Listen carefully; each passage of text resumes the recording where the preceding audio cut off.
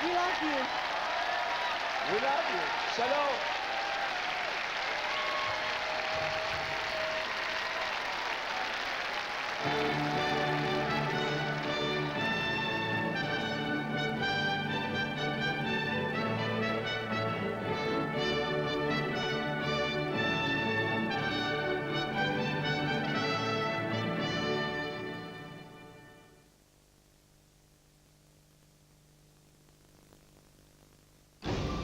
You've got to understand, General.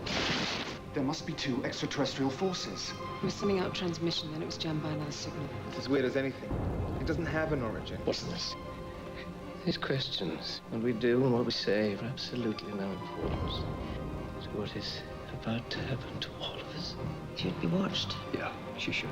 Are we just caught in the middle of pawns in a war we know nothing about? Tell me! Invasion Earth, Friday at 9:30 on BBC One. The nanny's role is to protect and nurture our young. Oh, I am not Nanny, I am Hannah Randall. You smell like a tart. Typhoid fever spreads like wildfire. But who protects the nanny? Master Hugh is the young gentleman of the house. Stupid girl. You owe me a son! Hello, Mama. Nursery Grounds in Berkeley Square, starting tomorrow at 8 on BBC One. War veteran Tom Cruise stars in Oliver Stone's powerful Oscar-winning movie Born on the 4th of July on BBC Two in 15 minutes.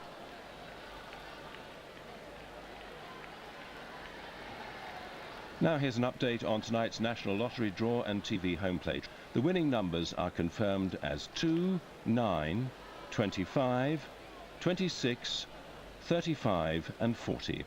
The bonus number is 47.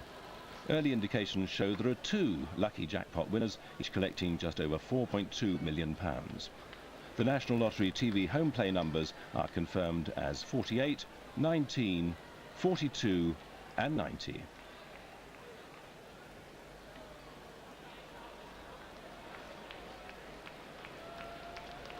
The news and sport now on BBC One with Peter Sissons and Helen Rotten. The Foreign Secretary gives his most emphatic denial yet that ministers approved arms shipments to Sierra Leone.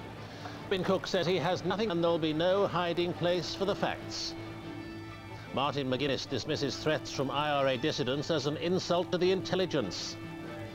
And Celtic have something to show at last for 10 years in Rangers' shadow.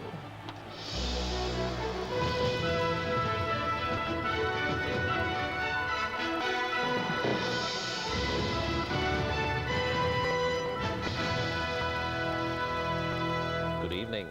The Foreign Secretary, Robin Cook, has cancelled his engagements tomorrow to handle the growing row about the involvement of a British firm in supplying arms and mercenaries to reinstate a West African president. The firm, Sandline, says it had the full consent of Mr. Cook's officials and wasn't breaking an arms embargo. Mr. Cook flatly denied today that any minister had approved Sandline's activities in any way, at any time.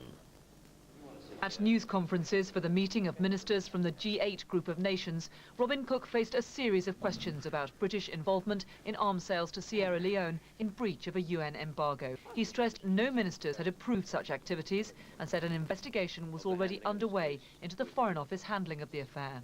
I have given a commitment that the report of that investigation will be published so that everybody can see the results of that investigation and can see the facts for themselves. I have nothing to hide, and I've determined that there will be no hiding place for the facts.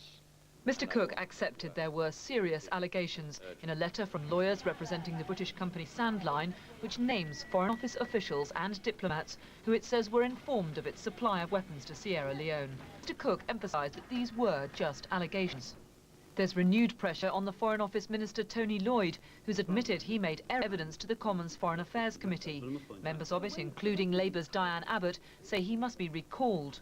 And there are questions about another Foreign Office Minister, Baroness Simons, who denied reports of the arms